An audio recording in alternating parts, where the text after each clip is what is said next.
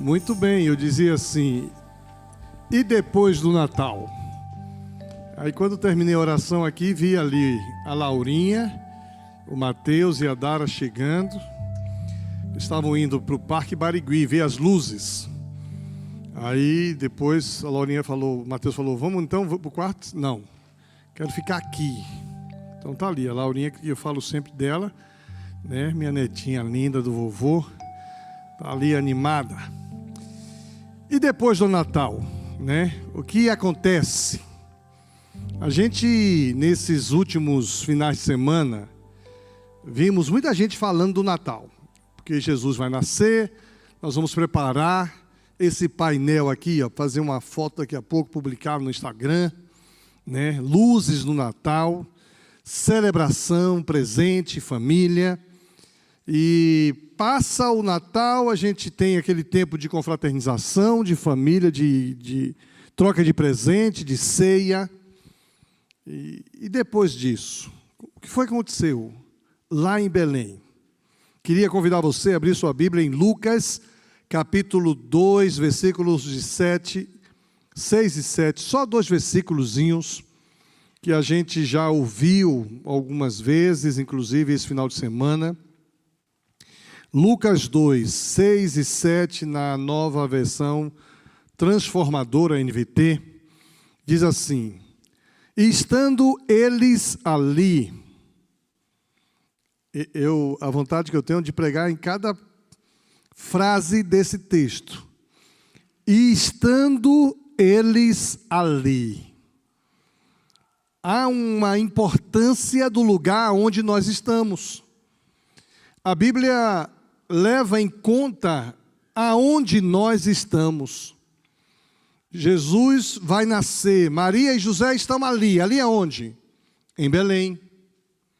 E estando eles ali, chegou a hora de nascer o bebê. Então, Deus leva em conta onde nós estamos, Deus leva em conta a hora que estamos vivendo e a importância da hora em que as coisas acontecem. E estando eles ali, chegou a hora de nascer o bebê. Ela deu à luz ao seu primeiro filho. E aí já tem um conflito religioso aqui. Por que um conflito religioso? Porque existem religiões que acreditam que Maria só teve Jesus. Mas o texto do Evangelho de Lucas deixa claro que foi o primeiro filho. Porque outros 3 nasceriam depois. Mas aí a compreensão religiosa de muita gente, e há uma diferença. Eu conversava hoje com uma pessoa e eu dizia a diferença da sua religião para a minha, é que a minha religião crê que o indivíduo que se arrepende, confessa e pede perdão, Deus perdoa. Mas a sua religião acredita que um terceiro pode perdoar. É que o pastor pode perdoar. Mas a Bíblia deixa bem claro, aquele que se arrepende e deixa, alcança misericórdia.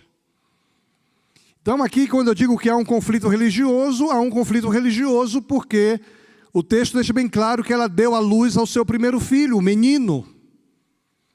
E esse destaque, todo mundo, quando tem um bebê, a primeira coisa que quer saber se é menino ou se é menina.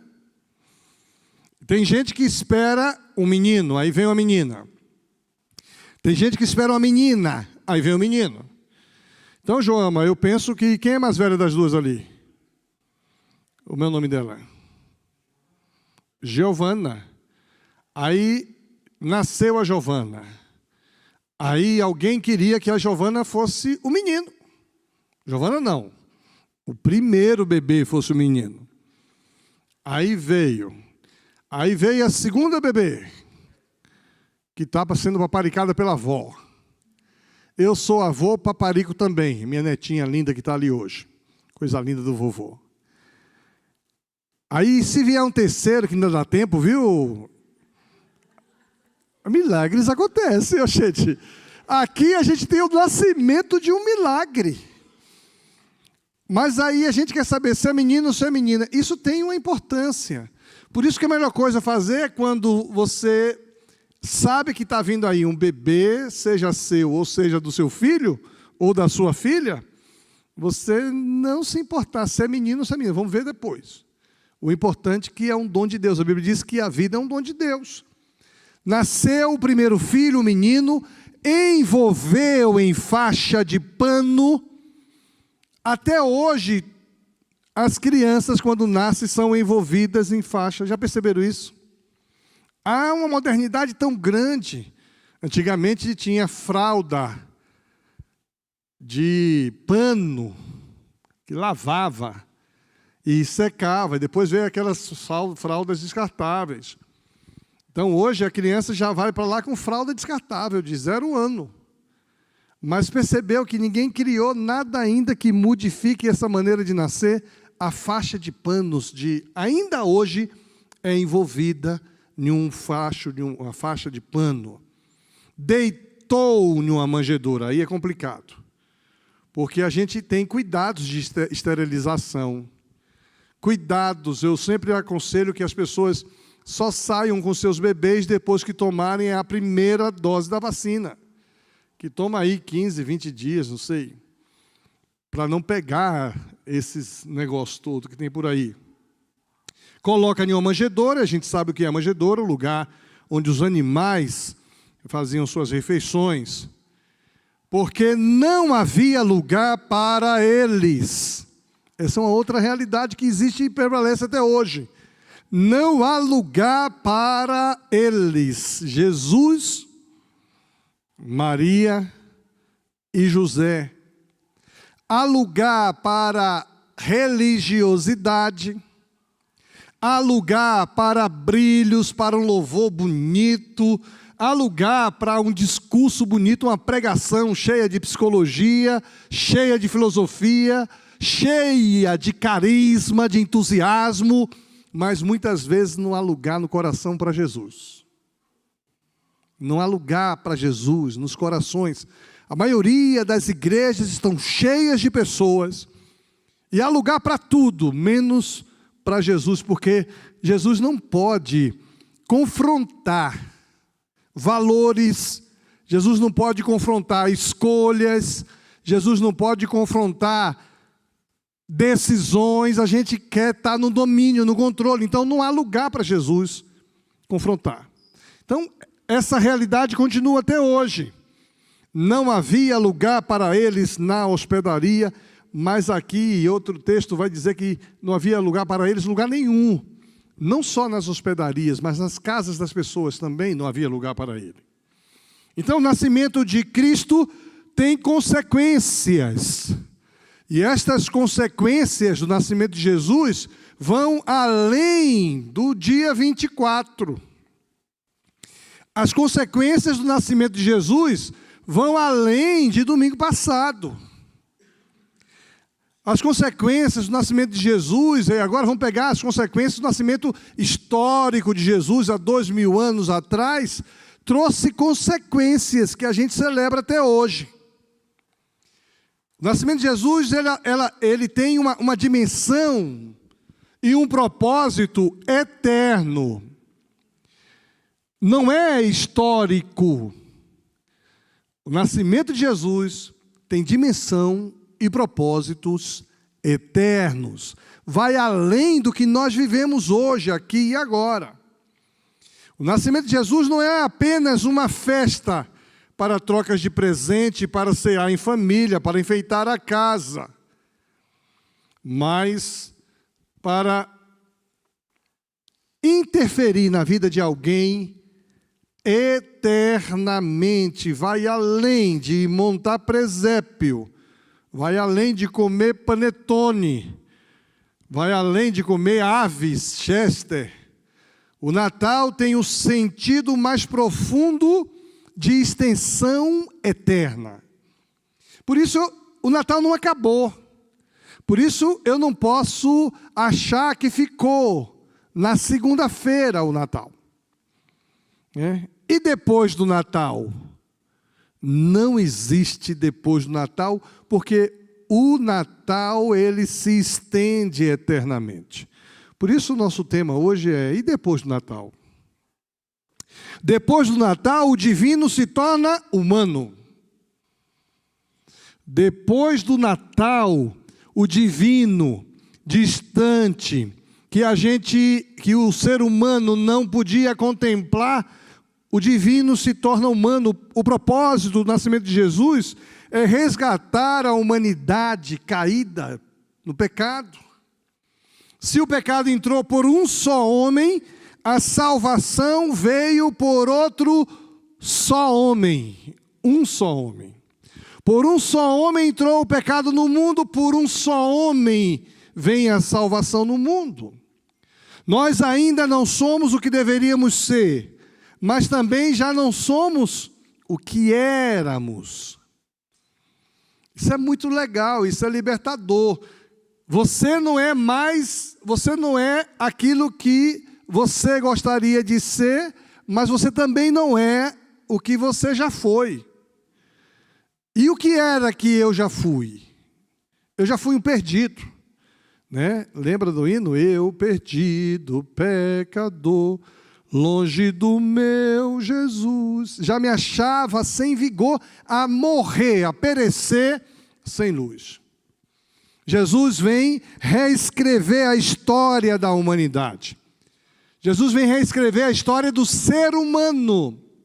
Jesus vem reescrever a história da natureza. Romanos capítulo 2, capítulo 1 diz que a natureza aguarda com gemidos a volta de Jesus. Ou seja, o nascimento de Jesus vem corrigir não apenas a história do ser humano, mas também a história da natureza. E hoje a gente aguarda essa volta triunfante. Jesus vem transformar o fracasso em vitória, a tristeza em alegria. Ele vem fazer com que a vida vazia se torne plena de sentido. Antes você precisava se sentir amado ou amar alguém. Você precisava ter uma coisa, você precisava disso ou daquilo. Mas quando você tem um encontro com Jesus, sua vida se enche de sentido. E aí a gente vai entender o que é a vida abundante. A vida abundante não é vida cheia de dinheiro, cheia de alimento, cheio de prazeres. A vida abundante é uma vida cheia de sentido. E a vida perde o sentido quando não há lugar para Jesus nos corações. Aí não tem jeito. Jesus vem trazer luz para as trevas, alegria para os entristecidos, alento para o cansado, esperança para o desesperado. Ele vem destronar os poderosos e ele vem exaltar os humildes. Veja, vamos pegar a história do nosso país, que é uma coisa interessante. Durante muitos anos, Lula esteve no trono. De repente, estava preso numa prisão. Bolsonaro estava no trono, governando. Agora já não está mais. E há quem diga que vai ser preso. Está quase preso. E o que estava preso está no trono. Que garantia quem está no trono tem de que? Não tem garantia nenhuma. Porque Jesus vem destronar os que estão no trono, mas vem exaltar os humildes. Por isso que eu peço a Deus humildade o tempo todo. Peço a Deus que me dê humildade o tempo todo. A Bíblia diz que os humildes serão exaltados, mas os soberbos serão humilhados, abatidos. E aí não é questão de poder, não é questão de dinheiro, é questão de posição. Eu posso não ter nada e ser arrogante, orgulhoso, vaidoso, serei abatido. E eu posso ter tudo e ser humilde, serei exaltado. Isso é uma lição interessante, viu, Genilda? Você está aqui ainda? Não? Está me vendo? Eu conheço gente rica que é humilde. E conheço gente pobre que é arrogante. Agora, uma coisa é bonito ver um rico humilde, mas é muito feio ver um pobre arrogante. Mas também é feio ver um rico arrogante. Porque qualquer pessoa arrogante é feio. É difícil, né? Jesus vem dizer que Deus nos ama, que Deus se importa com a nossa vida e com as coisas que nos acontecem, ainda que as coisas sejam coisas pequenas e mínimas, ainda que pareça não ter valor. Eu vejo Jesus contando a história daquela mulher que perdeu uma moeda, a dracma perdida. O mesmo valor, aquilo ali é uma sequência de parábolas, né? O filho perdido, a dracma perdida e a ovelha perdida. Todo perdido está em pé de igualdade, precisa ser achado. Então, Jesus vem nivelar tudo isso. Então, o nascimento de Jesus é mais do que um dia 24 que a gente celebra em família. O divino se torna humano. Depois do Natal, o eterno se torna histórico. Aquele que existia desde o princípio, que existirá eternamente, entra na história. Ele se torna histórico. E ainda que não creiam, os historiadores, alguns não creem, os filósofos, os psicólogos não creem em Jesus, a vida deles é marcada por antes e depois de Cristo. Veja, é uma idiotice. É uma situação complicada. Querer dizer que não existe aquele que a gente se pauta por antes e depois dele. É mesmo que você olhar para mim e dizer assim, não estou vendo o que isso. Isso é coisa de criança, é infantilidade. Lembra de criança quando estava assim com birra?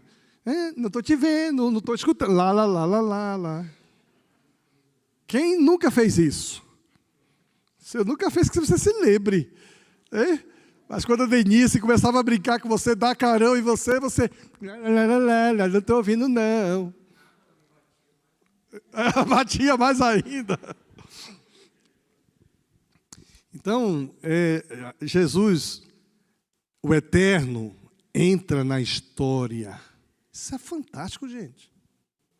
Como é que eu vou negar que um indivíduo que pauta a humanidade, que pauta a história antes dele e depois dele, não existe, nunca existiu?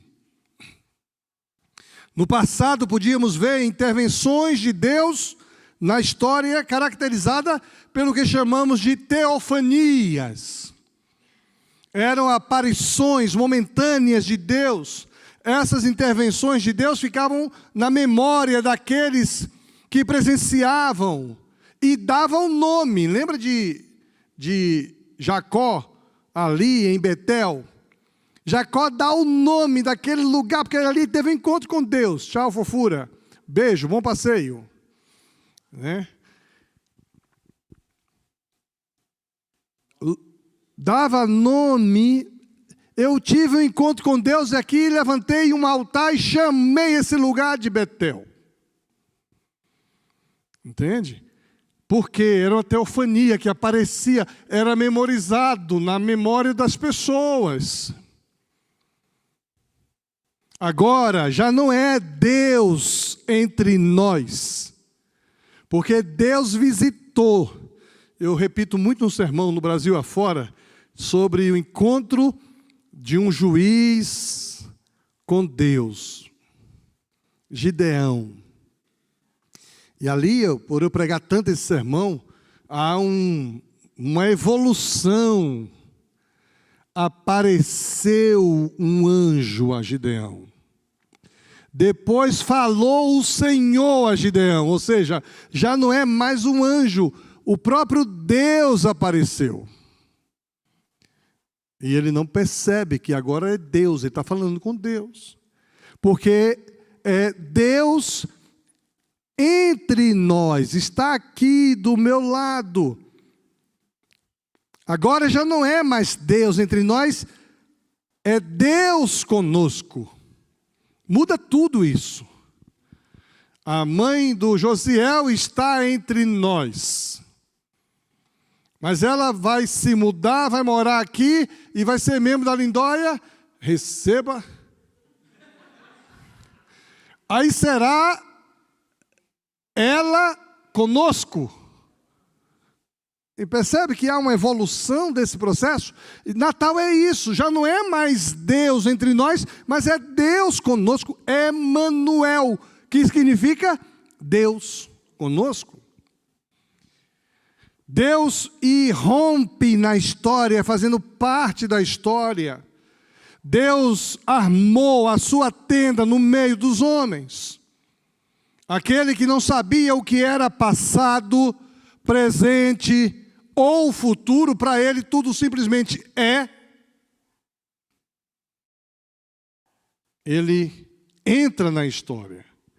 Ele vai conhecer o que é esse negócio de passado, presente e futuro.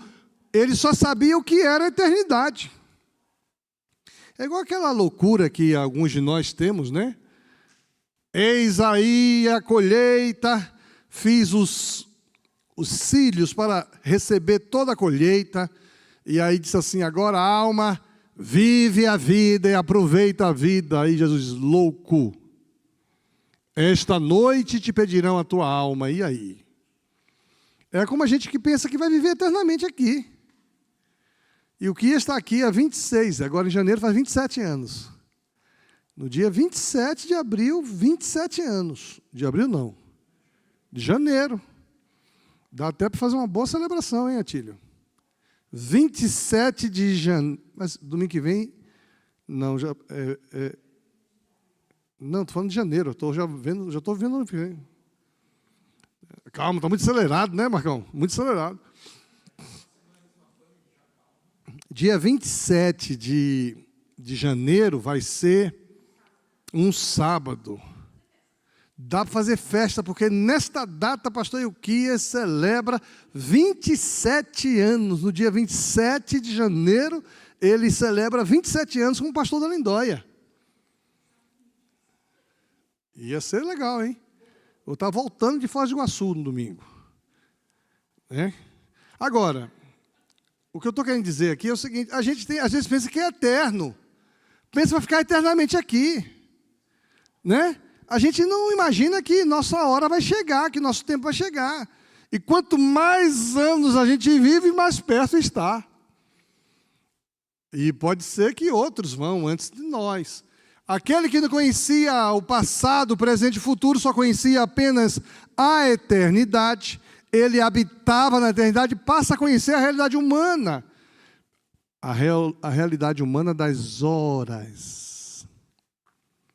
Gente, as horas, em alguns momentos, machucam.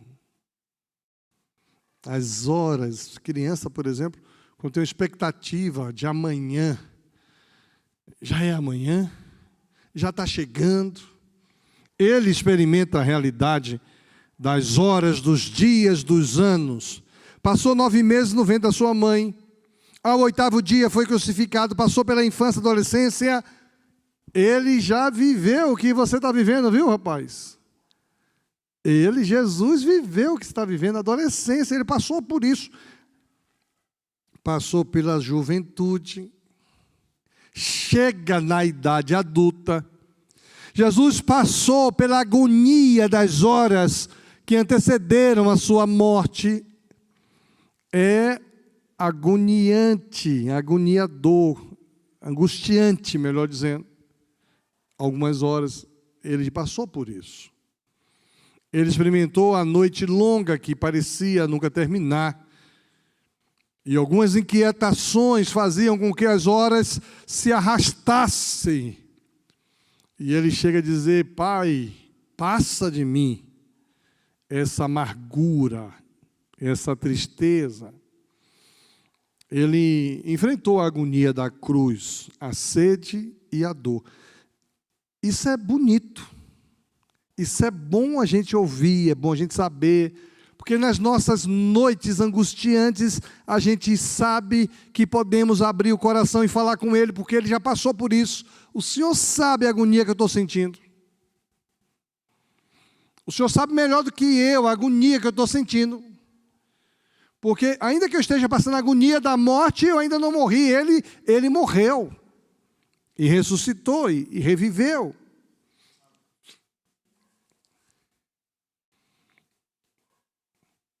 A mesma agonia que nós já passamos, Ele passa. Então o eterno se torna histórico. Esse divino que se tornou humano agora se torna histórico. Depois do Natal, o divino se torna humano, o eterno se torna histórico. Depois do Natal, o mistério se torna conhecido. O que era misterioso se torna conhecido. Há muito tempo, Deus falou muitas vezes, de várias maneiras, aos pais, pelos profetas, segundo Hebreus capítulo 1. Mas agora nos falou nos últimos dias, pelo Filho. Esse negócio de dizer, eu tive um sonho, e Deus me falou, isso é baboseira. Com todo respeito aos que creem diferente. Havendo Deus falado outrora aos pais pelos profetas e de muitas maneiras, a nós nos falou pelo Filho. Acabou. Pastor, eu tive um sonho com o Senhor. Ah, é? Sou curioso. O que foi que deu no seu sonho? Eu sonhei que o Senhor estava. Aí tem muita gente que acha que todo sonho é revelação. Quase todos os sonhos não são revelação. É muito raro você ter um sonho que seja revelação. É muito raro. Muito raro. Ah, mas muita gente diz que sonhos e visões o tempo todo. Muita exposição do inconsciente da pessoa, do emocional da pessoa. E pode observar que todo mundo que tem sonho só revela o sonho depois que a coisa aconteceu. Então vamos imaginar que aí começa, morreu fulano. Pastor, a semana passada eu sonhei. Ninguém diz assim, pastor, eu sonhei que fulano vai morrer essa semana. Ninguém diz isso. E quando diz, às vezes diz, já teve uma pessoa que disse uma vez, eu sonhei que havia um espírito de morte na sua família. E aí na semana seguinte a pessoa morreu. Eu falei, isso é coisa do diabo, do inferno, porque não tem sonho que venha de Deus que venha atormentar você. O sonho de Deus não traz tormento. Ah, mas no passado não tinha Bíblia, não tinha revelação de Deus. No passado não tinha o verbo encarnado que rompeu a história, que se tornou humano. Está consumado. Essa expressão na cruz, gente, é extraordinária. Está consumado o quê? Tudo. A salvação, a revelação de Deus está consumado. Por isso que o autor aos Hebreus, que a gente não sabe quem é, há quem diga que foi Paulo, há quem diga que foi Priscila, há quem diga que foi... Ninguém sabe quem escreveu. Mas o autor aos Hebreus diz assim, havendo Deus falado outrora aos pais pelos profetas, a nós nos falou pelo Filho. Eu tinha uma pessoa aqui na igreja assim, pastor, Deus me revelou que a nossa igreja... Falei, é mesmo? Disse, olha, não creio na sua revelação não. Por que o senhor não crê? Falei, primeiro porque o anjo da igreja sou eu. Se Deus revelou a você, tinha que revelar a mim também. O Espírito Santo que você tem, eu também tenho. Deus não é fofoqueiro. Deus não revela uma coisa para você, Emerson, que diz respeito à igreja, sem revelar aos líderes da igreja. Isso é claro, isso é estudo bíblico, está lá, a igreja. Deus revelou aos apóstolos.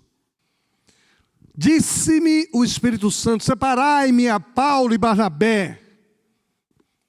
Veja, mas aí essa pessoa diz assim, porque Deus me revelou. Eu falei, Deus não é fofoqueiro não. Se Deus falou isso para você, tinha que ter falado para mim. Ele não falou nada disso. E quase sempre esse Deus me revelou é vantagem para mim, sabe? Ou para os meus. Quase sempre é um desejo bom, saudável, legal. Mas não põe Deus nessa história.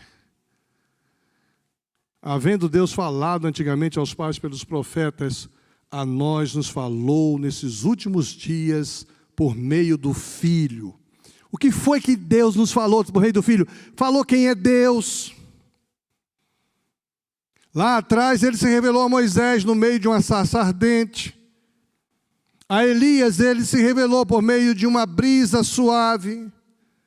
Ele se revelou através de sonhos e visões no passado.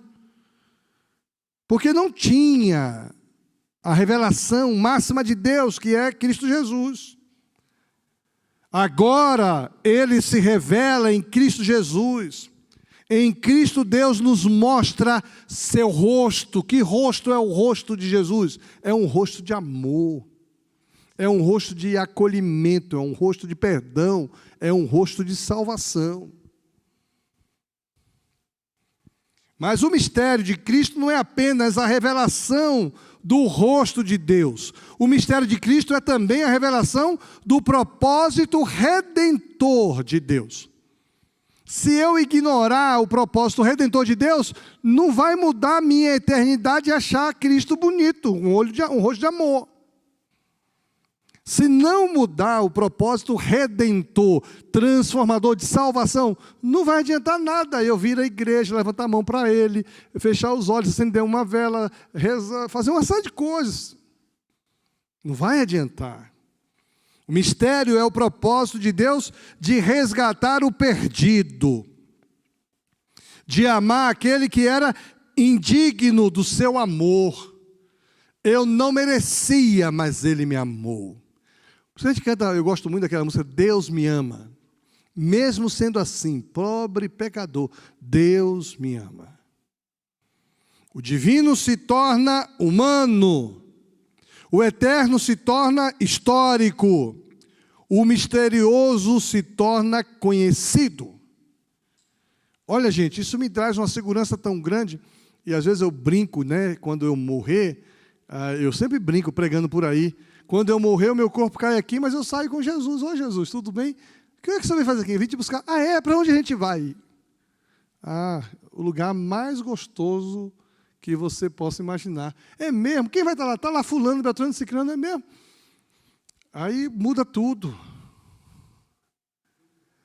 Tudo novo se fez. Tudo novo se tornou. O misterioso se torna conhecido.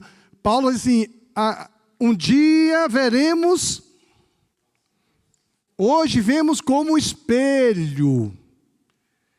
E aí ele denuncia, você olha no espelho, você pensa que você sabe quem é você, e quando você se vira, não lembra mais de como é seu rosto. Hoje vemos como pelo espelho, mas um dia veremos face a face. O mistério se revela em Cristo Jesus. Para a gente fechar aqui algumas aplicações desse preâmbulo. Primeiro, depois do Natal podemos conviver com um Deus que se identifica com a condição humana. Eu convivo hoje com um Deus que sabe o que eu sinto, o que eu penso, o que eu passo, o que eu sofro. Ele sabe minhas decepções, minhas frustrações. Ele entende o momento que eu estou eufórico, alegre, quando eu falo demais. Aí ele diz assim, eu queria estar tão empolgado. Tirou férias. A netinha dele está aí. Olha que alegria do bichinho. Eu sei o que é isso, pai. Eu já vivi euforia. Como é gostoso saber que Deus já viveu o que eu vivo. Isso me estimula a caminhar com esse Deus. Então, depois do Natal, eu começo a conviver com um Deus que se identifica com a condição humana. O nascimento de Cristo aponta para essa realidade. Deus se importa comigo, com o que eu penso, com o que eu sinto, com o que eu vivo. O Natal de Jesus Cristo é a voz de Deus dizendo para mim e para você, veja como eu lhe amo. Veja como eu me importo, eu sei o que você está vivendo, pelo que está passando. Jesus Cristo lhe entende, foi Ele quem te fez, Ele sabe, você é criança. Eu estava com a Laurinha no colo e vendo a Mel aqui cantando, falei, olha, está vendo aquela menina grandona cantando lá? E ela veio com fone de ouvido igual a vocês, você viu? Fone de ouvido igual a vocês, tudinho, fone de ouvido. Não tirava o olho do rapaz da bateria. Fiquei com ciúme. E ficava lá com o pezinho, ó. Com o pezinho. Aí, está vendo aquela menina ali? Eu peguei, já segurei aquela menina no colo como estou segurando você. Aí ela olhou para mim, falei, só que ela era pequenininha, depois ela cresceu. Ou seja, ele foi criança. Jesus, tem uma música que a gente canta no Barco Infantil, né? Jesus foi criança como eu, não tem uma música assim? Não tem não? Tem sim. Tem sim. Não me lembro, mas tem. Né? Ele foi criança como eu. É como se ele tivesse nascido hoje. Como se as outras crianças gostassem de sorvete, de pipoca, de refrigerante. Jesus também gostava de tudo isso. Depois do Natal, podemos conviver com um Deus que se identifica conosco. Isso é maravilhoso. Jesus, vamos ali? Vamos, meu filho. Para onde é que a gente vai? A gente vai passear. Eu, antigamente, vivia andando e orando. Quando eu faço caminhada, até hoje, eu começo a orar. E só paro quando termina a caminhada. O problema é que eu tenho caminhado pouco, né, ultimamente, mas a pessoa passava por mim, de repente, estou falando alto, orando, falando alto ali, as pessoas olham para mim, aí é que eu me toco que eu estou orando alto. Né? Então, a primeira aplicação para essa, depois do Natal, você precisa ter uma intimidade com esse Deus que se importa com você. Você não precisa se sentir só. Por mais difícil que seja o momento que você está vivendo, Jesus passou por isso. Você pode dizer, Jesus, está doendo, está difícil. O Senhor sabe como é isso. Segunda aplicação, que depois do Natal podemos viver o propósito de Deus para a história. Ele interferiu na história. Quanta história de pessoas foram mudadas.